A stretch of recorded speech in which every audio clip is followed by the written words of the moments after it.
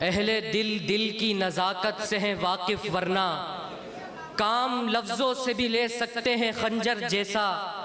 میری وسعت کا اندازہ بھی بہت مشکل ہے، ایک قطرہ ہی سہی ہوں تو سمندر جیسا۔ ہمارے آج کے مقابلے کی اگلی ٹیم بحریہ یونیورسٹی ہے۔ بحریہ یونیورسٹی سے موافقت میں دلائل دینے کے لیے تشریف لائیں گے محمد احمد صدیق۔ میں ملتمس ہوں کہ اسٹیج پر تشریف لائیں اور موافقت میں اپنے دلائل پیش کریں۔ محمد احمد صدیق۔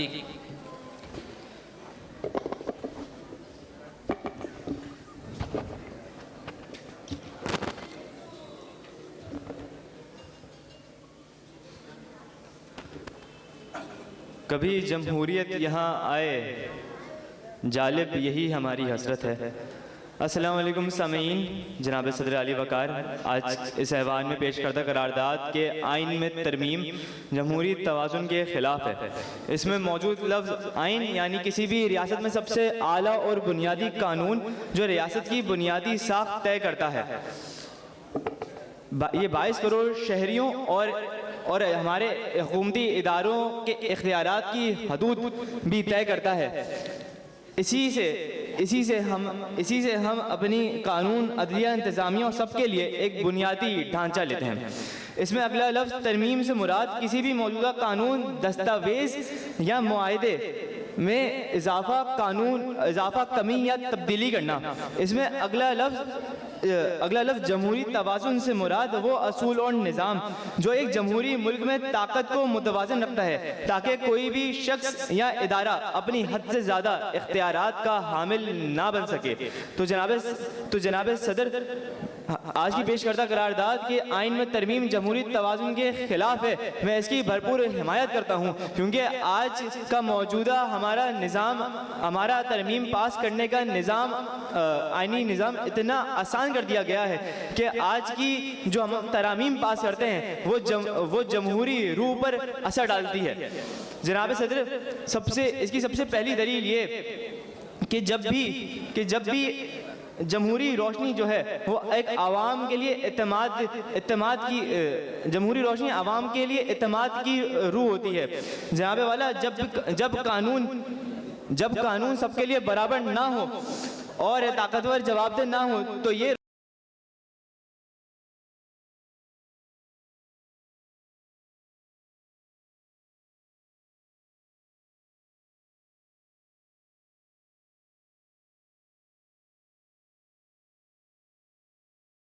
جمہوری توازن وہ نرم دھاگا ہے جو پارلیمنٹ، عوام اور عدلیہ کو ایک مضبوط جال میں باندھتا ہے۔ جناب والا، پچھلی پاس کردہ 27ویں ترمیم کہ جس کے اندر ہم نے عدلیہ کو جس قدر پارلیمنٹ کے نیچے دھکیلا، اس نے اس دھاگے پر کانٹے کی طرح وار کیا ہے۔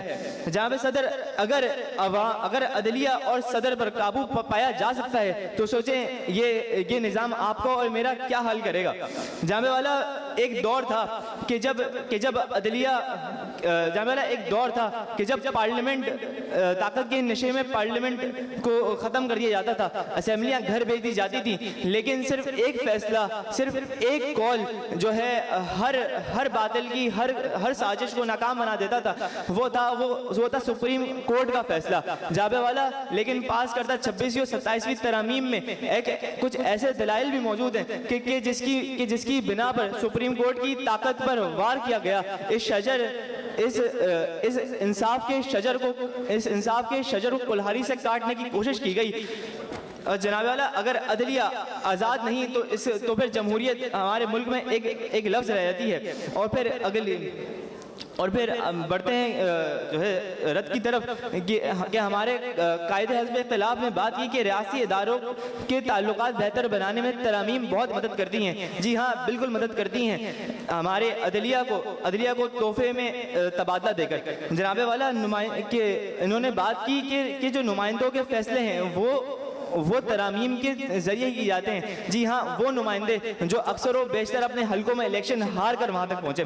جامعہ والا انہوں نے بات کی کہ امریکہ نے 27 ترامیم پاس کی. ماشاءاللہ سے 27 ترامیم جو کہ وہی 27 ترامیم پاکستان میں پاس ہوئی, لیکن فرق یہ ہے کہ امریکہ نے 350 سال میں 1000 ترامیم پیش کر کے پھر 27 ترامیم پاس کری, لیکن ہم نے 75 سال میں کچھ 30 ترامیم پیش کر کے 27 کی 27 ترامیم پاس کر دی. یہ ہمیں بتاتا ہے کہ ہمارا ترامیم پاس کرانے کا جو طریقہ ہے وہ کس قدر ہلکا اور کس قدر پر اثر رکھتا ہے. پھر جناب صدر انہوں نے بات کی کہ جب بھی کوئی معاشرہ یا قانون اثر ڈالتا ہے تو ہمیں ترامیم کی ضرورت پڑتی ہے. جناب ترامیم دو طریقے کی ہوتی ہیں, ایک ہوتی ہے آئینی ترمیم, ایک ہوتی ہے قانونی ترمیم. آئینی ترمیم ہمارا نظریہ اور راہ کی. شکریہ.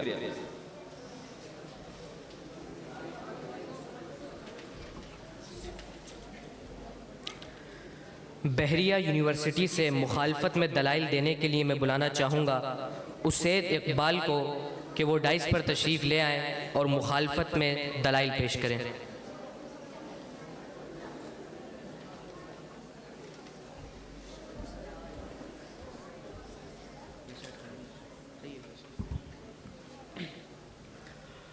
السلام علیکم میرے معزز ساتھیوں اور جج صاحب.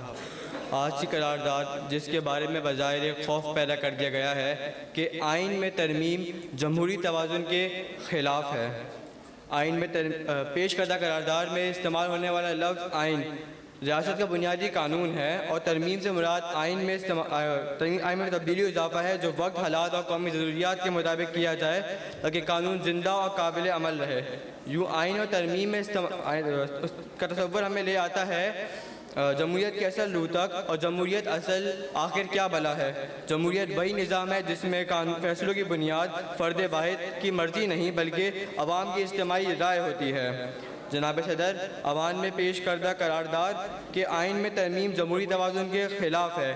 میں اس کی بھرپور مخالفت کرتا ہوں. اگر آئین میں ترمیم جمہوری توازن کے خلاف ہے تو 28 ترمیم صوبوں کو بااختیار کیسے بنا گئی؟ اگر آئین میں ترمیم جمہوری توازن کے خلاف ہے, صدر علی وقار, عدلیہ اور پارلیمان کے درمیان تنازع کیسے ختم ہو گیا؟ اگر آئینی ترمیم جمہوری توازن کے خلاف ہوتی, دنیا کے مضبوط جمہوریت ممالک 20 نہیں 32 بلکہ 27 ترمیم کیسے کر چکے؟ کیسے میں توازن بگاڑا یا جمہوریت کو مضبوط بنایا؟ جناب سامعین, فاٹا دہائیوں تک آئینی حقوق سے محروم رہا. یہاں اصل عدم توازن تھا. 25ویں ترمیم نے فاٹا کو قومی دھارے میں شامل کیا اور عوام کو آئینی شناخت, نمائندگی اور انصاف دیا. جو لوگ کہتے ہیں کہ ترمیم بحران پیدا کرتا ہے وہ شاید بھول جاتے ہیں کہ امریکہ جیسی طاقتور اور ترقی یافتہ ملک نے 27 ترامیم کی. انہی ترامیم نے امریکہ میں ووٹ کا حق قائم کیا, اظہار آزادی کو مضبوط بنایا, غلامی کا خاتمہ کیا اور شہریوں کو برابر کا شریک بنایا. کیا ان ترامیم نے جمہوریتوں کو نقصان پہنچایا؟ نہیں, بلکہ ان ترامیم نے ہی امریکی جمہوریت کو بنیاد کی مستحکم کی.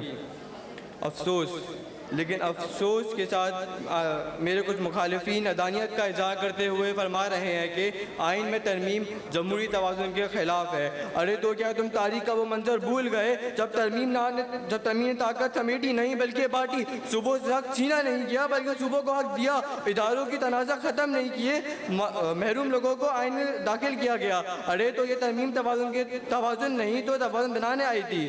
اور کیا وہ یہ بھول گئے کہ اگر آئین میں ترمیم واقعی خطرناک ہوتی تو آئین میں اس کے لیے خود اتنی خطرناک شرطیں کیوں رکھا تھا؟